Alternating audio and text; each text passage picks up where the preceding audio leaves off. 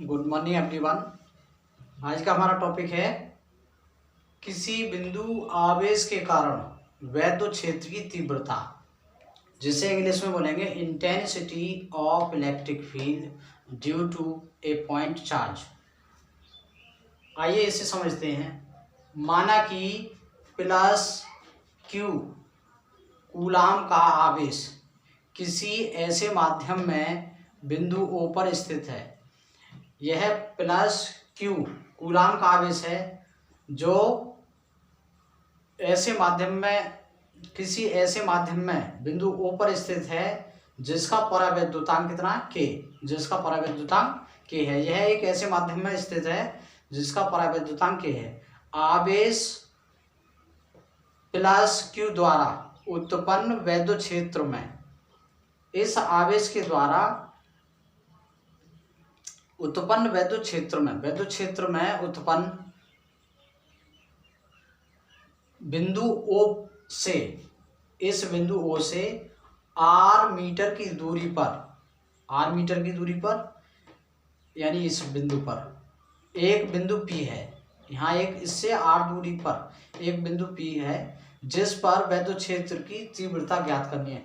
इस बिंदु पर ही हमें वैद्युत क्षेत्र की तीव्रता ज्ञात करनी है, क्योंकि ये दोनों ही आवेश अलग अलग आवेश हैं। ये प्लस क्यू आवेश और ये प्लस क्यू नॉट आवेश है। तो इन दोनों के बीच जो एक बल कार्य कर रहा है, इस पर हमें यानी O से बिंदु P के बीच की जो दूरी है वो है r। इससे r दूरी पर इस बिंदु पर हमें वैद्युत क्षेत्र की तीव्रता ज्ञात करनी है। कूलाम के नियमानुसार, कूलाम का नियम होता है F = 1/4πε0 K dot Q not upon r²। यह कूलाम का नियम है। जबकि वैद्युत क्षेत्र की तीव्रता का फॉर्मूला क्या होता है? E = F/Q0। तो इस F का वैल्यू यहाँ से कूलाम के नियम से इसमें पुट कर लें। F का जो वैल्यू है कूलाम के नियमानुसार यह दे रखा है। इस वैल्यू को यानी F की इस वैल्यू को इसमें पुट करना है। तो फॉर्मूला हो जाएगा हमारा E = 1/4πε0 K dot Q upon r²। यह तो कूलाम का नियम F, यानी F का वैल्यू ये आ गया इनटू यहाँ अपॉन में क्या बच रहा है Q0।